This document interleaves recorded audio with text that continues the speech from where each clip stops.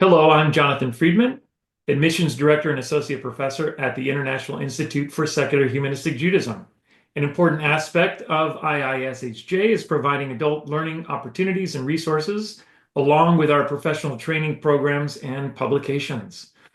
As a part of this, I'm delighted to chat with Rachel B. Gross, the John and Marcia Goldman Chair in American Jewish Studies at San Francisco State University, and the author of Beyond the Synagogue, Jewish Nostalgia as Religious Practice. Thanks for joining me, Rachel. Thanks so much for having me, Jonathan. Your work deals with lived religion. What is the lived religion framework? So I love studying lived religion because it's about what people actually do rather than what rabbis or clergy or anyone else thinks they should do or should be doing or imagine that they're doing. Folks who study lived religion do our best to study people themselves and also study the materials that people produce that can tell us about what people are doing. It comes out of a very particular framework in religious studies. And religious studies can mean a lot of different things to a lot of different people. For me, it means that I get to study how people make meaning in their lives, which I'm sure we'll talk more about. But in religious studies, especially in the 1990s, there had been a movement called popular religion, studying popular religion, which was studying what lay people, non-clergy, were doing. And it really drew a divide between clergy on the one hand and what lay people were doing. I was especially interested in studying Christians and especially Catholics.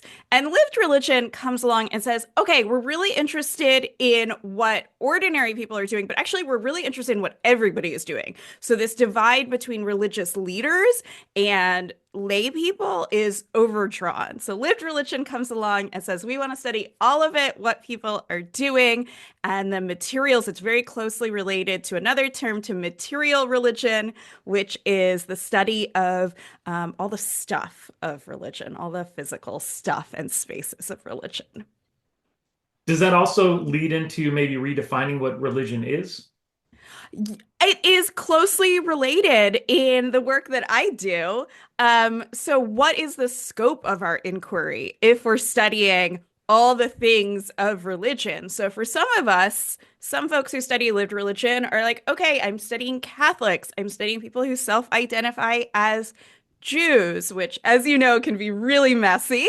So some people are working within traditional frameworks, and other people are saying, what if we take the frameworks of understanding religion, of thinking about how people make meaning in their lives, and take that anywhere?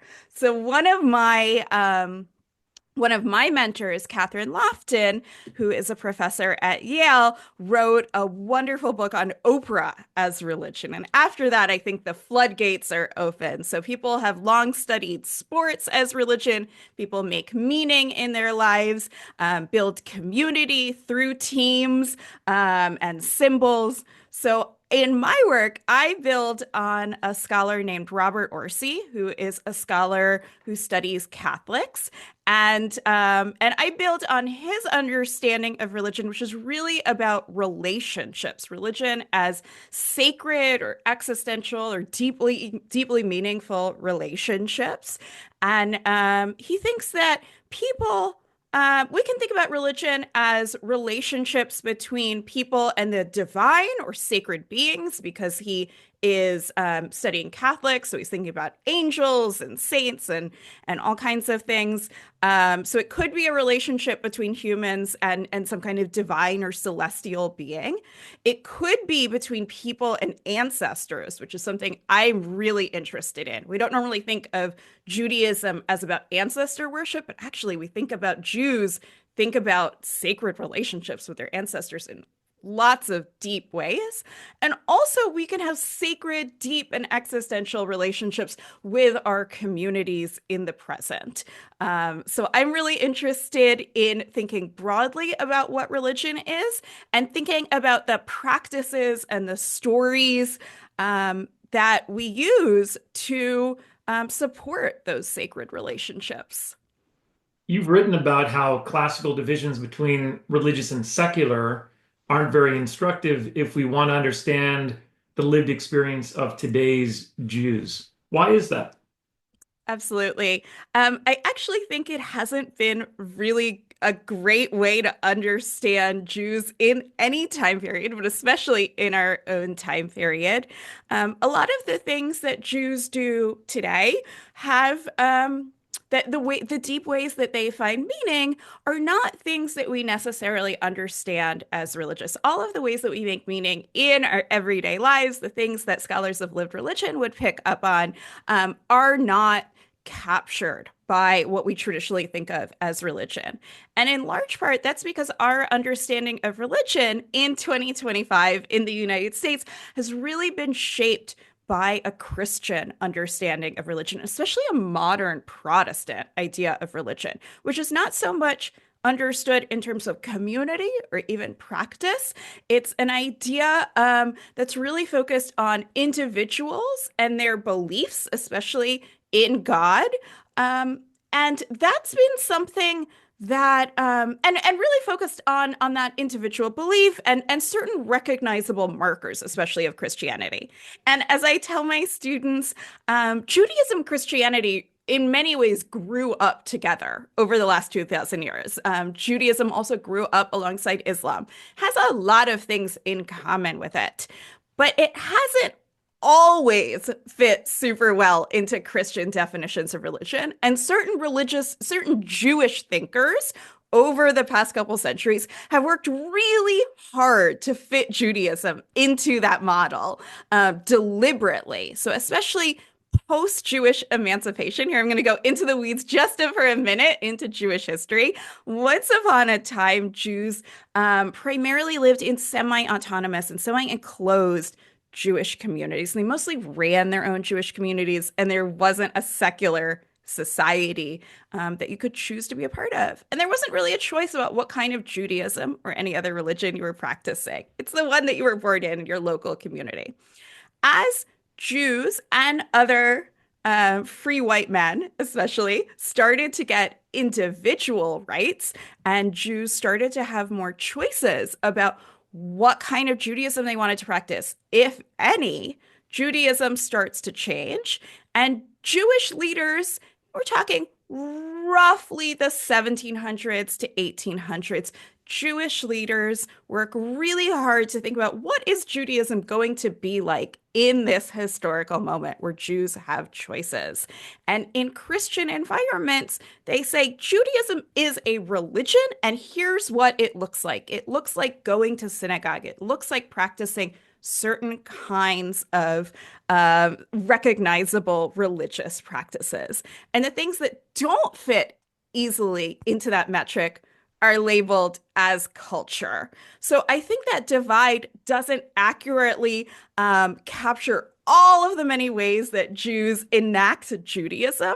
And it's a little bit of a it's actually, I think, very much a false dichotomy. Yeah, I remember reading Daniel Boyarin on this subject, a great scholar, who says that Judaism before the Haskalah and the Enlightenment and all of those efforts that you're talking about didn't even have a word for Judaism itself. It was more of an all-inclusive way of life and trying to compartmentalize in the way that you're describing. I think we've inherited that to our maybe our detriment in terms of our view of what Judaism or Jewish life can be. Absolutely. I think American Jews in particular, where we have had an enormous freedom here to develop Judaism in lots of different ways. We do practice Judaism in lots of different and exciting and sometimes quite beautiful ways. We often don't have the language to identify what we're doing as, I would say, sacred. I don't think that's unique to Jews, actually. I think that's true of most people. I'm really interested in those ordinary moments that provide sacred meaning in our lives that we wouldn't necessarily name as sacred. So food certainly is an essential part of meaning making to all people, not just to Jews. Sometimes people like to claim that Jews have a special relationship to food. I certainly think Jews have a particular relationship to food, but all humans do. And humans, the ways that we think about our ancestors, the ways that we put up photographs, the ways that we build the worlds around us, if we have the freedom to do so, are so interesting, so create meaning in our lives, but we don't necessarily have the words to name it. So what I hope to do in some of my work is try to name that. What makes nostalgia in particular such an important force in American Jewish life? Yeah, so nostalgia is a really complicated and touchy subject, as is religion. So I decided to do this project on a couple of very terms that make people really touchy. I think of nostalgia as a sentimental longing for a past that cannot be recovered.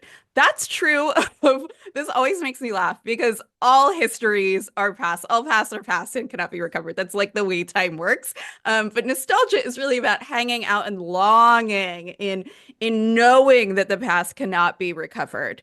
And I think as American Jews in the past 50 or so years have told stories about themselves. We have primarily told stories about Eastern European immigration history.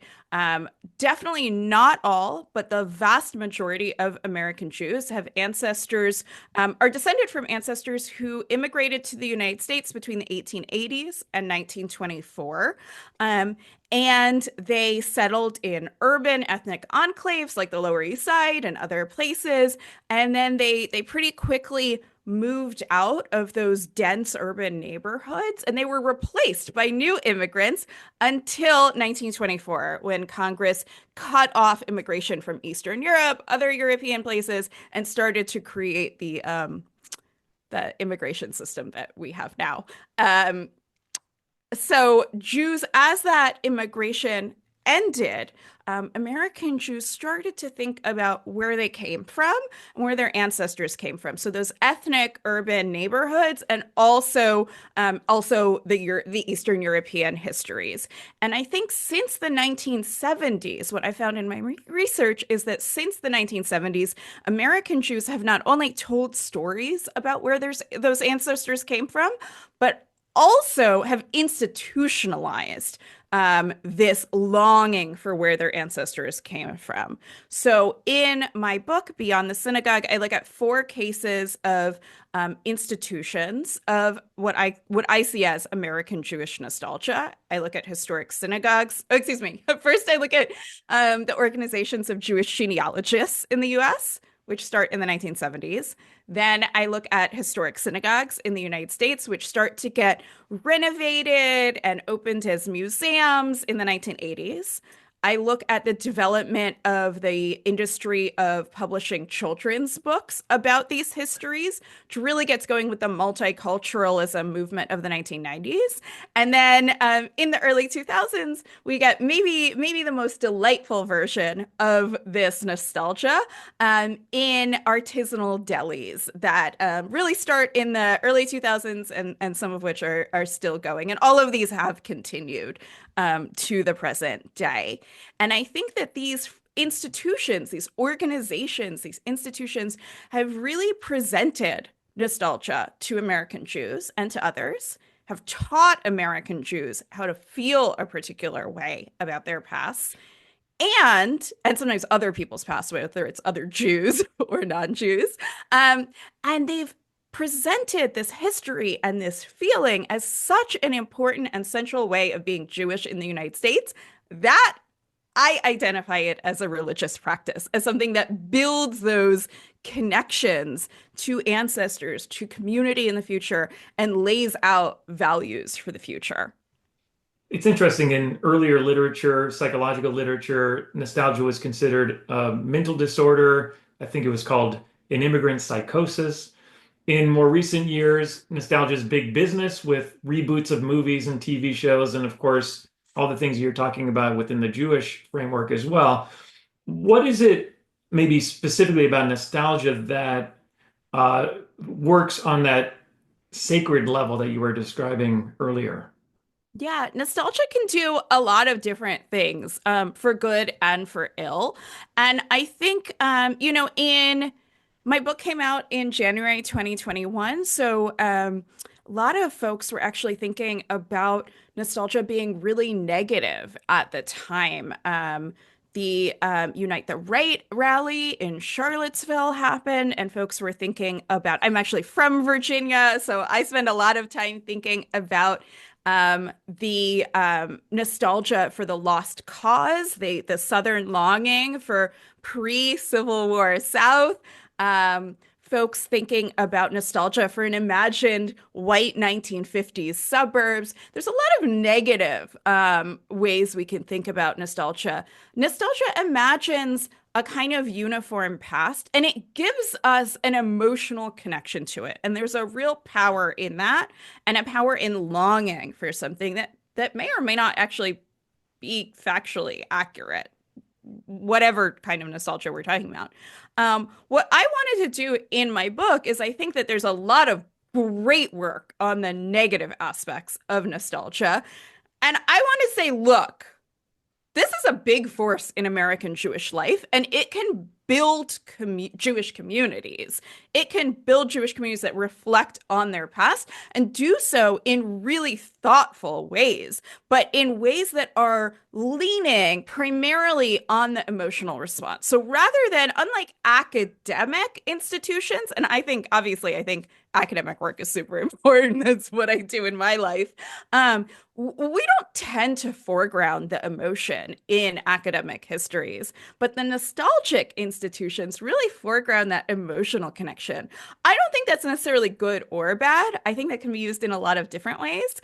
If you're interested in building Jewish communities, that can be a force that you can harness. I'm glad you said that. I've often thought of sacred experiences that people describe, that of course you don't have to be a God-fearing person to experience. We're human beings and we can have these moments. I think of these as emotional, primarily. So, it's kind of an intense emotional experience that's maybe couched in specific language or specific context. And so what I'm hearing is maybe going to a deli and eating the food of your ancestors or your imagined ancestors is a connective spiritual experience in that way. Absolutely. I think it is. I think that for a lot of people, when they sit down in a deli, have a pastrami sandwich, they are thinking about a particular, as you said, imagined history. Um, in fact, a deli sandwich is a very particular kind of imagined history because you might sit down and think, if you're an Ashkenazi Jew descended from Eastern European immigrants, you might think this is the food of my ancestors, and it is. If your ancestors, it is the food of your ancestors in that it is the food of 20th century American Jews. But the American Jewish deli is a very definite product of the 20th century American Jewish experience. Just to give you a little bit of deli history here, very briefly. Um, delis, as American Jewish delis as we know them, start from a German tradition, and as so-called Germans, Central Europeans, really, because Germany wasn't unified, mostly immigrated to the United States. Jews and non-Jews from Central Europe immigrate to the United States about the 1820s to 1880s, and they bring with them the German delicatessen tradition. And that's mostly a shop, actually. They might sell smoked meats, tinned fish, other kinds of things that you might have in such a shop, but it's not a restaurant, it's a shop.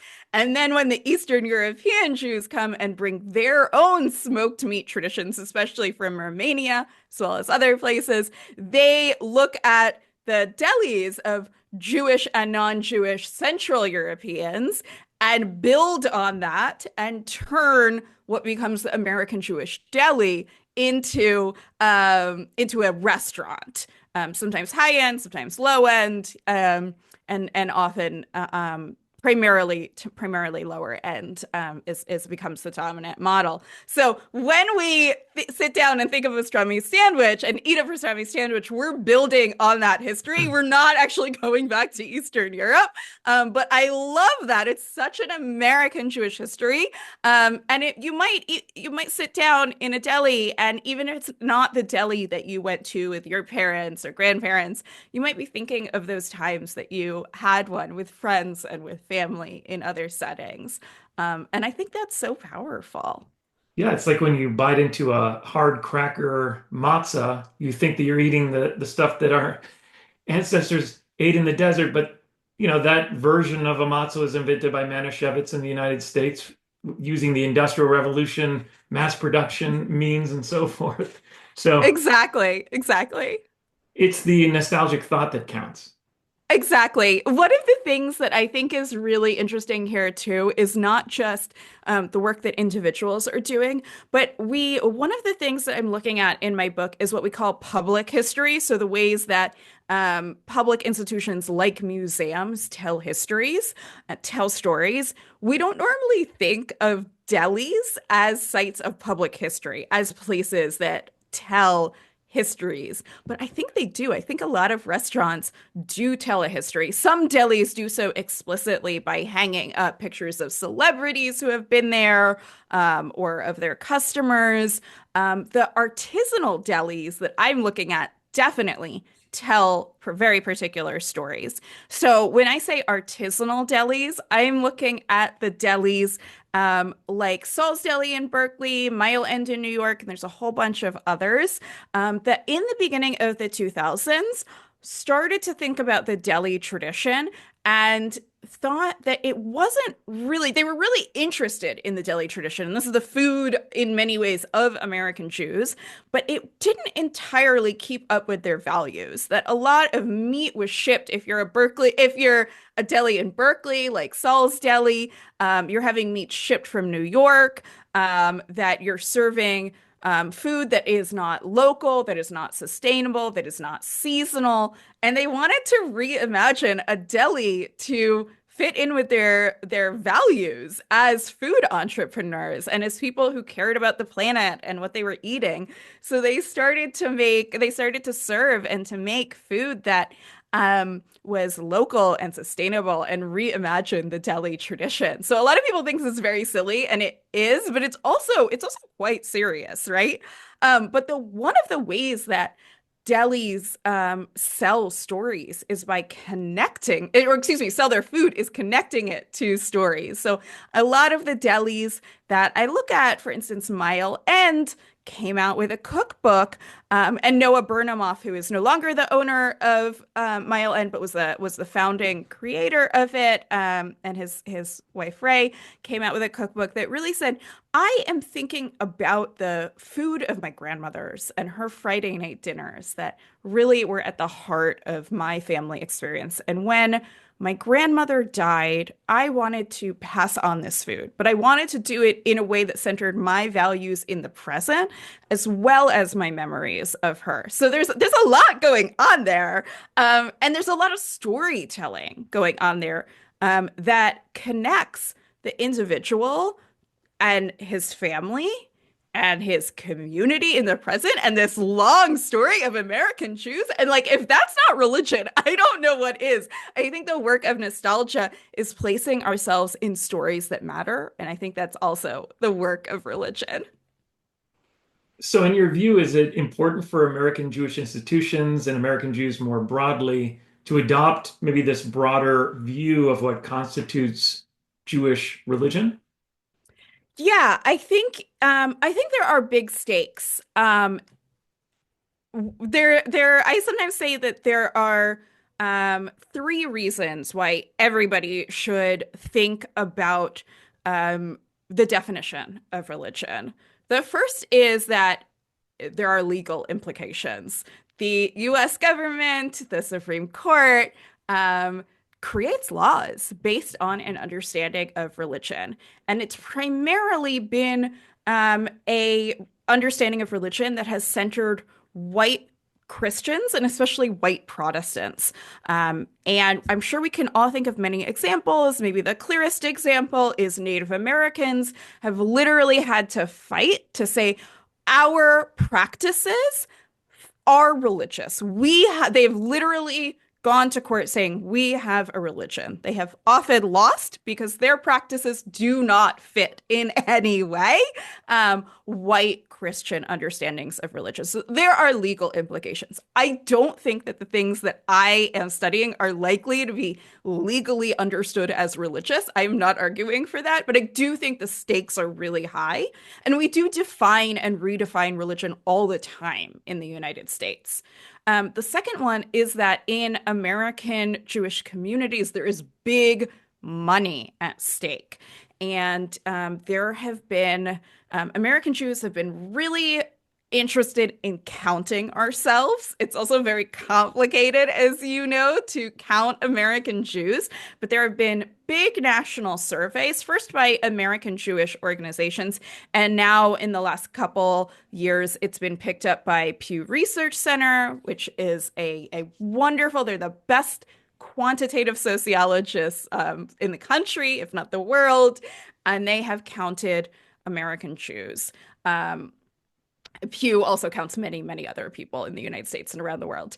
So they have counted American Jews. In the last couple years, they have divided Jews into Jews by religion and Jews of no religion, which is fascinating. So, and these divisions have really spurred, or these models, these quantitative sociological models, have really driven community initiatives in American Jewish communities, and have led to decisions that about where major Jewish philanthropists are going to put their money. And a lot of those initiatives have been devoted to either not necessarily making American Jews more religious, but certainly bringing what are seen as young and especially young unaffiliated Jews of childbearing age into the recognizable religious institutions of American Judaism. So Birthright Israel, which sends American Jews on a free 10-day trip to Israel, comes out of this discussion. It is created, I'm going to blank on when it was created, 1990s, 2000s. You can fact check me here. But it was created, I think, early 2000s. It was created in direct response to a national Jewish population survey, not because they wanted to make American Jews more Zionist. Zionism here is a tool, and it is a tool to get young American Jews of childbearing age invested in American Jewish communities and connected to them. And that 10-day trip to Israel is absolutely just a tool to build up American Jewish communities in a particular way. I am not making this up. The creators of Birthright and the leaders of it absolutely say this in so many words. So there's big, big money at stake in how we understand religion for American Jews. And the third reason, so I've got one is legal, two is big money. The third reason why I think American Jews and anybody might think about the definition of religion is that it helps us understand where we find meaning in our lives. If we think really broadly about where are we finding meaning, who are the people in my life that I find meaning with? What are the objects around me that help me shape my understanding of who I am and where I came from? And for me, the word religion is the word that gets us fastest into those conversations. So sometimes people take issue with my work and they're like, okay, I'm interested in this conversation, but the word religion doesn't do it for me. And I say, that's fine. I'm using this word because I'm part of a scholarly academic conversation that uses this word. And for me, I think religion gets us fastest into conversation of meaning.